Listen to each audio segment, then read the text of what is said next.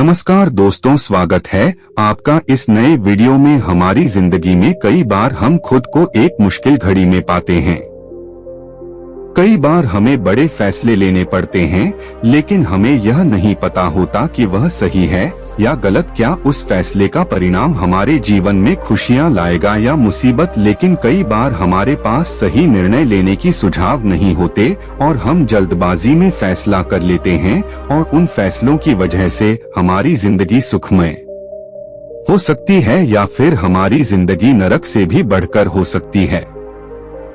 इसलिए सही फैसला लेने की क्षमता हमारे जीवन में सफलता हासिल करने के लिए आवश्यक है। तो चलिए आज की इस बोध कहानी के माध्यम से जानते हैं कि जीवन में सही फैसले कैसे लिए जाएं, और यह भी कि सही निर्णय लेने का तरीका कौन सा है। तो बिना किसी देरी के कहानी शुरू करते हैं। दोस्तों, कई साल पहले की बात है। एक छोटे से राज्य में एक बौद्ध भिक्षु निवास कर रहे थे, जिन्हें सभी जगहों पर उनके ज्ञान के बड़े चर्चे थे। वह बौद्ध भिक्षु बहुत ज्ञानी थे। उनके पास लोग बहुत दूर दूर से आते थे ताकि वे उनसे अपनी समस्याओं का समाधान प्राप्त कर सके। उनके पास कोई भी कैसी भी समस्या लेकर क्यों न आए, वह समस्या का समाधान अवश्य करते थे।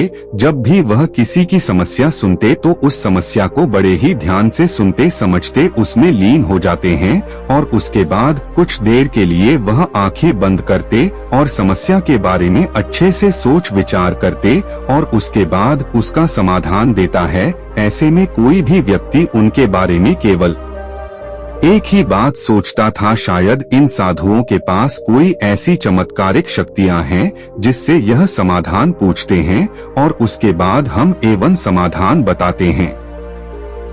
एक बार एक युवक ने उन महाराज से यह पूछ भी लिया, क्या आपके पास ऐसी कोई चमत्कारी शक्तियां हैं जिसके कारण आप हमारी समस्याओं का समाधान करते हैं, या आपके पास ऐसी कोई दिव्य दृष्टि है जिससे आप हमारी समस्याओं का समाधान खोज पाते हैं।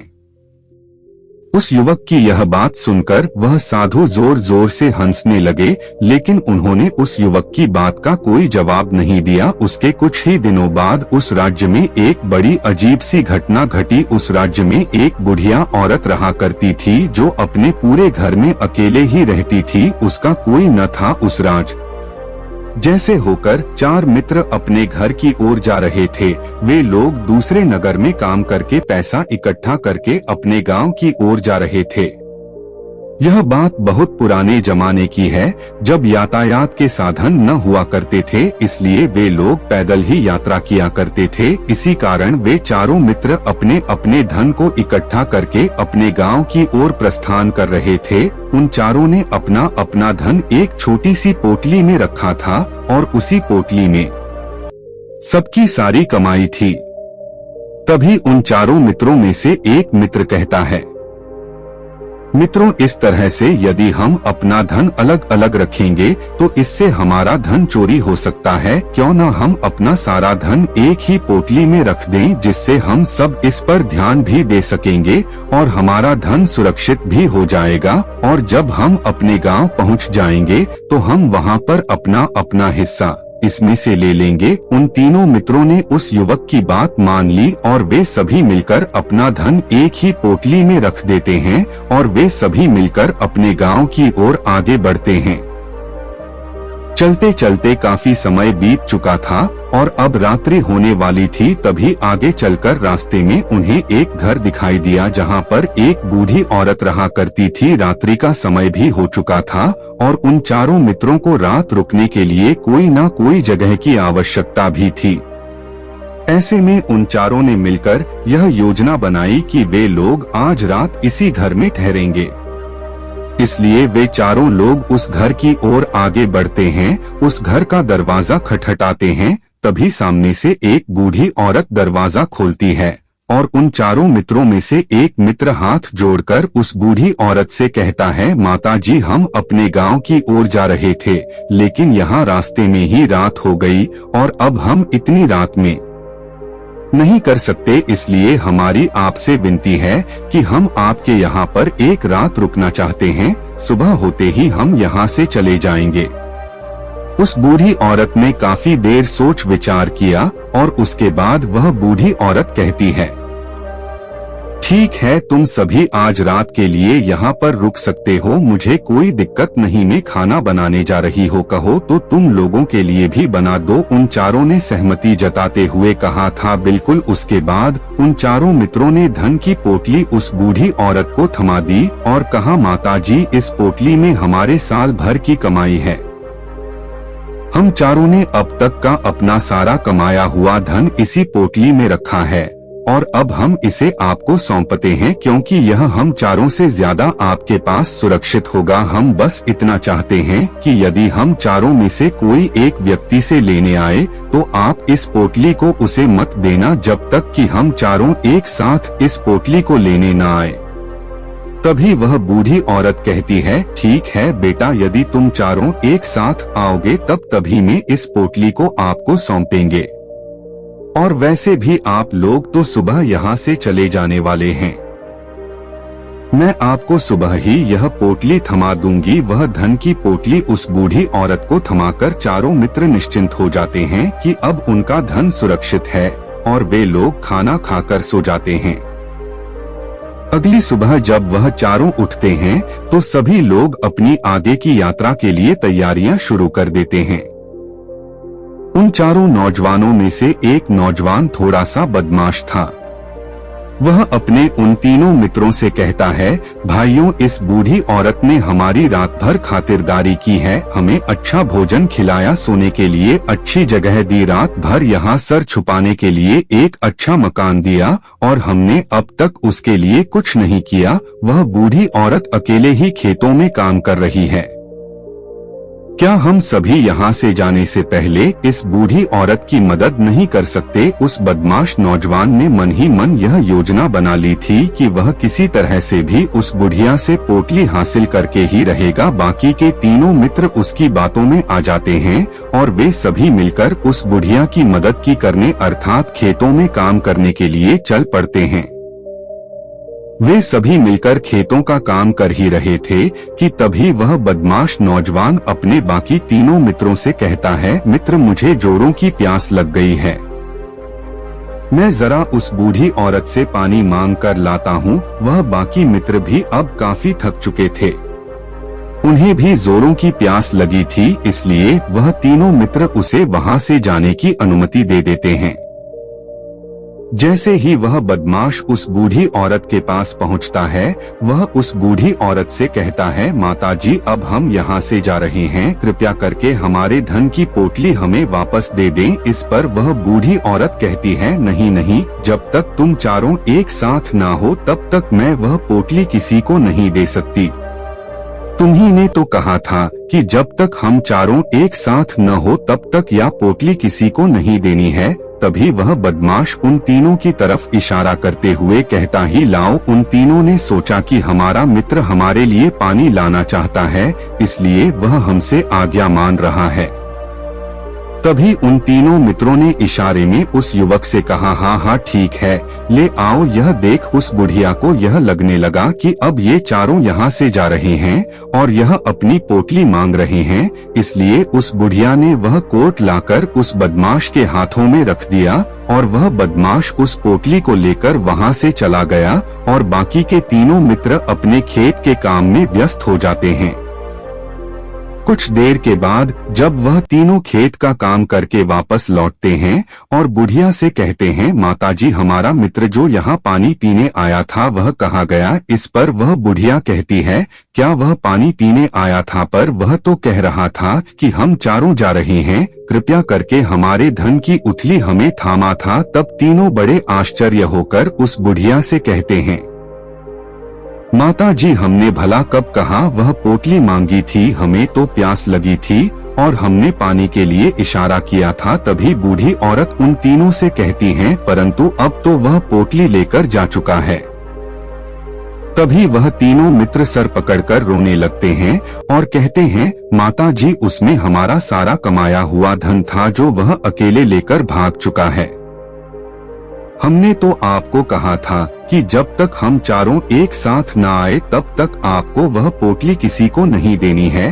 फिर आपने ऐसा क्यों किया? इसमें आप ही की गलती है। हमने आपको उस पोटली की हिफाजत के लिए रखा था और आपने उसे एक ऐसे आदमी के हाथों में दे दिया जिसने हमारा सारा धन हमसे लूट लिया। हम बर्दाश्त नहीं करेंगे। हम राज के पास जाएंगे और राजा से आपकी शिकायत करेंगे, न्याय की मांग करेंगे। अब तो इस बात का राजा ही फैसला करेंगे।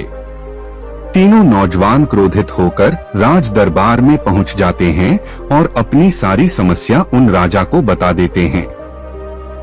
जब वह राजा उन तीनों नौजवानों की बात ध्यान पूर्वक सुनता है तो वह तुरंत ही उस बुढ़िया को राज दरबार में पेश होने का आदेश देता है। राजा के आदेश पर राजा के सैनिक तुरंत ही उस बूढ़ी औरत को राज दरबार में पेश करते हैं और राजा भरी दरबार उस बूढ़ी औरत को दोषी करार कर देता है और कहता है, तुम्हें वह पोटली उस अकेले व्यक्ति को नहीं देनी चाहिए थी। जब उन्होंने तुमसे कहा था कि जब तक वह चारों एक साथ उस पोटली को लेने न आए तब तक तुम्हें वह धन किसी को नहीं देना चाहिए था। इसमें तुम्हारी गलती है और अब तुम्हें इसका हर्जाना भरना होगा। तुम्हें इनका अध्ययन लौटाना होगा। राजा का यह आदेश सुनकर बूढ़ी औरत फूट फूट कर रोने लगती है और राजा से मदद की गुहार लगाती है और कहती है कि राजन, मैं तो एक बूढ़ी औरत हूँ और मेरे पास इतना धन नहीं है और न ही मेरे घर में कोई ऐसा है जो धन कमाता है। मेरे पास इतना धन नहीं कि मैं इनका धन लौटा सके। मैं तो अकेली हूँ, बेसहारा, कृपा करके मुझ पर रहम करें। लेकिन राजा उस बूढ़ी औरत की एक नहीं सुनता। वह बूढ़ी औरत रोते हुए अपने घर की ओर जा रही थी। यह सोच रही थी कि आखिर में इतना धन कहाँ से लाऊं कि कैसे मैं उन लोगों का यह धन उन्हें लौटा। उनकी मेरे पास इतना धन नहीं है। मैं क्या करूं, कैसे करूं, कहाँ से लाऊं इतना धन? यदि मैंने उनका धन नहीं लौटाया तो मुझे राजा मार डालेगा। वैसे भी मेरी ही गलती है। जब उन चारों ने मिलकर मुझसे कहा था कि जब तक हम चारों एक साथ न आए तब तक वह पोटली किसी को नहीं थमा नहीं है, फिर भी मैंने वहां पोटली केवल उस एक व्यक्ति को थमा दी। इसमें गलती तो मेरी ही है। वह रोते रोते ये सारी बातें सोचते हुए अपने घर की ओर जा रही थी। तभी रास्ते में उस बूढ़ी औरत को वही संत मिले जो उस नगर में किसी भी समस्या का समाधान बड़ी ही सरलता और सहजता से करते हैं। उन्होंने उस बूढ़ी औरत से कहा, क्या बात है बेटी, क्यों रो रही हो? इस पर वह बूढ़ी औरत उस संत को सब कुछ सच सच बता देती है और कहती है कि महाराज, इसमें गलती तो मेरी ही है। उन चारों ने तो पहले ही कहा था कि जब तक वे चारों एक साथ न आए तब तक वह पोटली मुझे किसी को नहीं देनी है। लेकिन मेरी हिम्मत मारी गई थी जो मैंने वह पोटली केवल एक व्यक्ति को थमा दिया और वहां उनका सारा धन लेकर वहां से भाग गया। लेकिन अब मुझे यह समझ नहीं आ रहा कि मैं वह सारा धन कहां से लाऊं, कैसे जुटाएं? मेरे पास इतना धन नहीं है और राजा ने तो आदेश भी दे दिया है कि मुझे उनका धन लौटा आना ही पड़ेगा। लेकिन मैं यह समझ नहीं पा रही कि इतना सारा धन मैं कहां से लाएंगे। तभी वह संत उस बूढ़ी औरत से कहते हैं, शांत हो जाओ, मैं कोई ना कोई रास्ता जरूर निकाल लूंगा। इतना कहकर वह वसंत वहीं पर बैठ जाते हैं, ध्यान करने लगते हैं। कुछ देर के लिए आंखें बंद कर सोचते हैं, विचार करते हैं। मौन रहकर वह समस्या का समाधान निकालते हैं और उसके बाद वह उस बूढ़ी औरत से कहते हैं, बेटी, राजा ने फैसला किया है वह बिल्कुल गलत है। आपने जो किया इसमें आपकी कोई गलती नहीं है। राजा का फैसला गलत है। उन संत के इतना कहने पर बूढ़ी औरत चुप हो गई और यह सोचने लगी कि आखिर राजा का फैसला कैसे गलत हो सकता है। राजा तो सभी के लिए न्याय ही करते हैं और वह कभी किसी का बुरा नहीं करते हैं। फिर आखिर आज राजा का फैसला कैसे गलत हो गया? उन संत और उस बुढ़िया की बात आसपास के खड़े लोग सभी लोग सुन रहे थे और वे लोग भी बड़े अचरज में थे, क्योंकि राजा का फैसला कैसे गलत हो सकता है। राजा ने तो बिल्कुल सही फैसला लिया है, इस बूढ़ी औरत ने ही गलती की है, उन चारों का धन केवल एक ही को थमा दिया, ऐसे में इस बुढ़िया को उनका धन तो लौट आना ही चाहिए। राजा ने गलत फैसला कहा किया है। तभी वह संत उस बूढ़ी औरत से कहते हैं, जाओ और राज दरबार में कह दो कि हे राजन, आपका फैसला गलत है और सही क्या है गलत क्या है इसका फैसला मैं करूँगा। पहले तो बूढ़ी औरत इतनी हिम्मत ही नहीं जुटा पा रही थी कि वह राज दरबार में जाकर भरे राज दरबार में राजा को यह कह सके कि राजन, आपका फैसला गलत है। लेकिन जैसे तैसे उसने हिम्मत जुटाई और वह वापस राज दरबार लौटी। उसने डरते हुए भरे राज दरबार राजा से बड़ी थरथराती आवाज में कहा कि राजा, आपने जो फैसला किया है वह फैसला गलत है। इतना कहकर उसने राजा को सारी बात सच सच बता दें। उस बूढ़ी औरत की बात सुनकर राजा बहुत क्रोधित हुआ। राजा ने उस बूढ़ी औरत से कहा, कौन है वसंत जिसने मेरे फैसले को गलत बताया है? क्या उन्हें नहीं लगता कि मैंने सही निर्णय लिया है? मैं हर रोज कई निर्णय लेता हूँ, कई फैसले करता हूँ, लेकिन आज तक कभी किसी ने मुझसे यह नहीं कहा कि मेरा फैसला गलत है। यदि उन संत ने मुझे सही फैसला सुनाया, उन्हें फांसी की सजा दे दूंगा। यह बात पूरे नगर में फैल गई। सभी लोग यह जानने के लिए हैरान थे कि आखिर वह साधु ऐसा कौन सा फैसला सुनाने वाले हैं जो राजा से भी उचित होगा, जिसमें सबके लिए न्याय होगा। राजा ने अपने सैनिकों को तुरंत ही आदेश दिया कि जाओ और संत को राज दरबार में लाओ।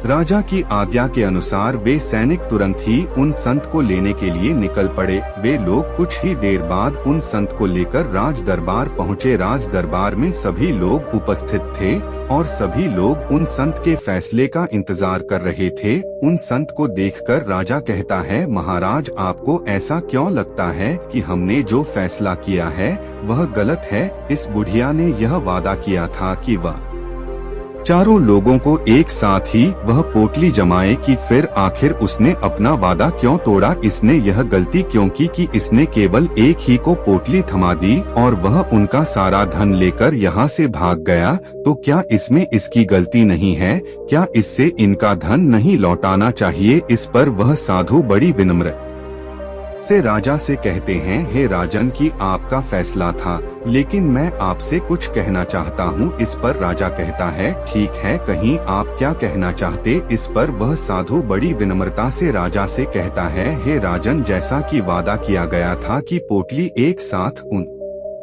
चारों को ही दी जाएगी, तो अभी तो यह केवल 3 है, चौथा कहाँ है? तो इनसे कहिए कि ये लोग यहाँ से वापस जाएं और अपने उस चौथे मित्र को यहाँ लेकर आए, तभी इनका धन वापस किया जाएगा। और वादा भी ऐसा ही किया गया था कि जब तक चारों लोग एक साथ न हो तब तक उनका धन उन्हें नहीं लौटाया जाएगा। और यदि यह बूढ़ी औरत इन तीनों को धन लौटा देती है तो यह बूढ़ी औरत अपना वादा तोड़ देगी और यह सही नहीं है। इसलिए यदि आप चाहते हैं कि इनका धन लौटाया जाए तो पहले इनसे कहिए कि ये लोग जाएं और अपने उस चौथे मित्र को यहाँ पर वापस ले आया। उस राज दरबार में हर कोई इस बात को सुनकर बहुत खुश हुआ। सभी ने उनकी बहुत तारीफ कि राजा भी 59 के इस फैसले से पूरी तरह से सहमत था। राजा तुरंत ही 59 के सामने सिर झुका लेता है और हाथ जोड़कर उनसे कहता है, हे महाराज, आपका यह फैसला इतना सही कैसे हो सकता है? आखिरी बात मेरे दिमाग में आई, क्यों नहीं मैंने इस बात को इस तरह से सोचा, क्यों नहीं? तभी वह साधु उस राजा से कहते हैं कि राजन, आपके पास और भी काम होते हैं, आप दिन भर व्यस्त रहते हैं और आपको जल्दबाजी में फैसले लेने पड़ते हैं। आपने इस मामले को सुना समझा, लेकिन इसे देखने में आप गलती कर गए।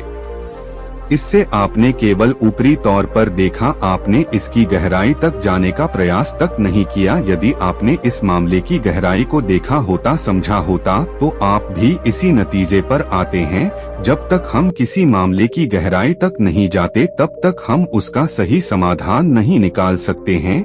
लेकिन हम में से अधिकांश लोग तो अपने फैसले केवल जल्दबाजी में लेना चाहते हैं, भले ही वह मामला कितना भी गंभीर क्यों ना हो। हमें तो बस अपना हक चाहिए, हमारा नाम होना चाहिए, भले ही फैसला हमारे लिए आगे चलकर हमारे लिए नुकसानदायी क्यों ना हो। लेकिन हम तो उस मामले की गहराई तक जाने के लिए सोचते तक नहीं। तभी वह राज संत से कहता है, हे महाराज, क्या आपके पास कोई दिव्य शक्तियां हैं? क्या आपके पास ऐसी कोई चमत्कारिक शक्ति है जिसे आप सवाल करते हैं और बदले में वह आपको जवाब देती है, जिस कारण आप सटीक और सही समाधान बता पाते हैं?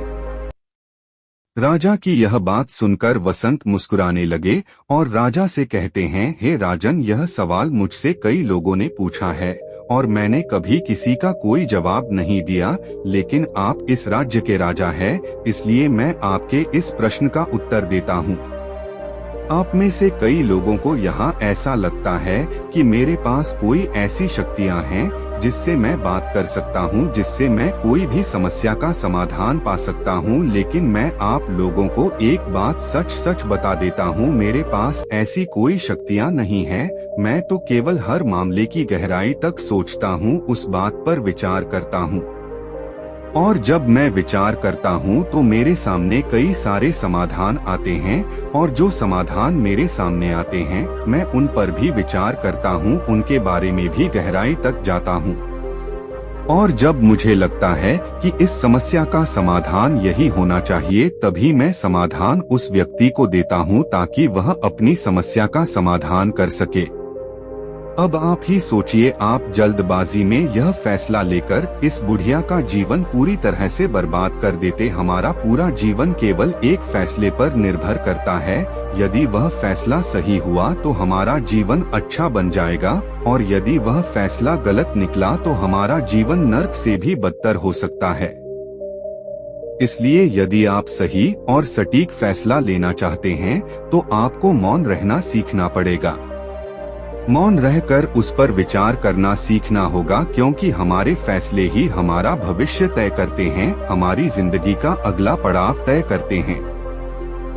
फिर चाहे वह फैसले छोटे हों या बड़े, वे ही हमारी जिंदगी को निर्धारित करते हैं। इसलिए सबसे पहले हमें सही फैसले लेने के लिए मौन रहना सीखना आवश्यक है, उन पर विचार करना आवश्यक है। और जब आप ऐसा करते हैं तो आपके सामने एक ही समस्या के कई सारे समाधान निकल कर आते हैं, और जब आप उन पर गौर करेंगे तो आपको यह समझ में आएगा कि उन फैसलों का समाधान कैसा होना चाहिए, कि समाधान से आपको क्या फायदा होगा और क्या नुकसान होगा, या उस समाधान पर सोच और विचार करने पर ही आप उसे समझ सकते हैं। और तभी आप यह निर्णय भी ले सकते हैं कि क्या यह समाधान उच्च का या नहीं। और यह सब संभव हो सकता है यदि हम कम बोलना शुरू करें, अब पूरी तरह से मौन हो जाएं। इसका अर्थ यह है कि आप भीतर से शांत हो जाएं, और आप भीतर से शांत होने लगते हैं तो आपका मन स्पष्ट होने लगता है, साफ होने लगता है, और आप किसी भी चीज पर सोच विचार कर सकते हैं। और जब आप भीतर से शांत होने लगते हैं तो आप ऊपर से भी कम बोलते हैं, और जब आप धीरे धीरे कम बोलने के आदी हो जाते हैं तो आप साफ और स्पष्ट तौर पर सोच और समझ पाते हैं। आपके विचारों में शुद्धता आ जाती है, जिससे आपको यह साफ और स्पष्ट देखने को मिल जाता है यह कौन सा फैसला सही होगा और कौन सा फैसला गलत होगा। आपको उस परिस्थिति में क्या करना चाहिए और क्या नहीं करना चाहिए। लेकिन हम में से अधिकांश लोग अपने आप को सही साबित करने के लिए, अपने आप को ऊंचा साबित करने के लिए अत्यधिक बोलते हैं, और इतना बोलते हैं कि हर कोई उनकी बातों को गंभीरता से नहीं लेता। उन्हें ऐसा लगता है कि मानो ज्यादा बोलना ही हमारे लिए हमारा शस्त्र है, लेकिन वह यह भूल जाते हैं कि वह अत्यधिक बोलकर मूर्ख बन रहे हैं। लोग हमारा मजाक बनाते हैं, हमें मूर्ख समझते हैं, हमसे दूर रहने लगते हैं, क्योंकि उन्हें हमारी बक अच्छी नहीं लगती। लेकिन जब आप भीतर से शांत होने का प्रयास करते हैं और धीरे धीरे भीतर से शांत होने लगते हैं तो आप खुद ब खुद ऊपरी तौर पर कम बोलना शुरू कर देते हैं। इससे आपके मन में, आपके मस्तिष्क में एक साफ और स्पष्ट विचार उत्पन्न होते हैं और आप अपने आप को साफ स्पष्ट तौर पर समझ पाते हैं, देख पाते हैं आपको कब क्या, क्यों और कितना बोलना चाहिए और आपको कब, कैसे, क्यों, किस तरह से कौन सा फैसला लेना सही है या नहीं, यह भी आप अच्छी तरह से समझ और जान पाते हैं। जब आप कम बोलना शुरू करते हैं तब आप अपने आप को बहुत अच्छी तरह से समझना शुरू कर देते हैं, अपने आप पर अच्छी तरह से विचार करना शुरू कर देते हैं। तब आपको यह बात भी बहुत अच्छी तरह से समझ में आने लगती है कि जो हम बेकार की बकबक करते हैं उस पर हमारे शरीर की बेवजह ही कितनी सारी ऊर्जा यूं ही व्यर्थ हो जाती है, नष्ट हो जाती है, जिसे हम चाहे तो किसी जरूरी काम में लगा सकते हैं, फैसले लेने में लगा सकते हैं, जिससे हम तनाव मुक्त रह सकते हैं और हमें अच्छी नींद भी आ सकती है। और यदि आप इसी प्रकार सोच विचार कर फैसले लेना शुरू करते हैं तो आपका मस्तिष्क भी अच्छी तरह से काम करने लगता है और आपका मस्तिष्क पहले से भी ज्यादा शक्तिशाली हो जाता है। और इसका एक बहुत अच्छा उदाहरण भी आपको मैं बताना चाहूँगा। जब आप स्कूल में पढ़ते थे या फिर आज भी आप पढ़ रहे हो तो आपने देखा होगा कि जो बच्चे होनहार होते हैं, होशियार होते हैं, वे लोग बहुत कम बातें करते हैं और अपना समय सही चीजों में लगाते हैं। वह अधिकांशतः अपना समय मौन होकर ही बिताते हैं। इसी वजह से वह पढ़ाई करने में बहुत तेज होते हैं। जो कुछ भी पढ़ना चाहते हैं वह उसे याद कर ले जाते हैं। लेकिन वहीं पर दूसरी तरफ जो लोग बहुत अधिक बोलते हैं, यदि आप उन्हें पूरे 24 घंटे भी दे दे तो भी वह उस तरह से उन चीजों को याद नहीं रख सकते जिस तरह से वह मौन रखने वाले बच्चे उन बातों को याद कर लेते हैं। और महान चाणक्य ने भी यही कहा है कि जो व्यक्ति यह समझ जाता है कि उसे कब, कहाँ और कितना बोलना चाहिए, उस व्यक्ति को सफल होने से कोई नहीं रोक सकता। और आप इतिहास उठाकर देख सकते हैं, आज तक जो भी लोग महान हैं, जो लोग भी सक्सेसफुल बने हैं, उन लोगों की आदत बहुत कम बोलने की है। उनका पूरा ध्यान केवल अपने लक्ष्य पर होता है और अपना पूरा समय वह अपने लक्ष्य को पाने में ही लगा देते हैं। इसीलिए आपको भी यह आदत अपने जीवन में उतार नहीं चाहिए। और कम बोलने का अर्थ यह नहीं कि आप ऊपर से कम बोलें, बल्कि आप भीतर से कम बोली है, भीतर से शांत रहेंगे। यदि आप रोज इसका अभ्यास करते हैं तो केवल कुछ दिनों में ही इससे होने वाले लाभ आपको के सामने नजर आने लगेंगे। दोस्तों, आपने आज के इस वीडियो से क्या सीखा वह मुझे आप कमेंट में बता सकते हैं। इसी के साथ में उम्मीद है कि आपको आज की वीडियो पसंद आई होगी, तो इस वीडियो को उस इंसान को शेयर करें जिससे यह कहानी सुनने की जरूरत है और उसी के ठीक बाद चैनल को सब्सक्राइब करें। तो चलिए फिर मिलते हैं ऐसी एक और नई वीडियो में एक नए मैसेज के साथ। तब तक के लिए अपना ख्याल रखें। धन्यवाद और नमो बुद्धाय।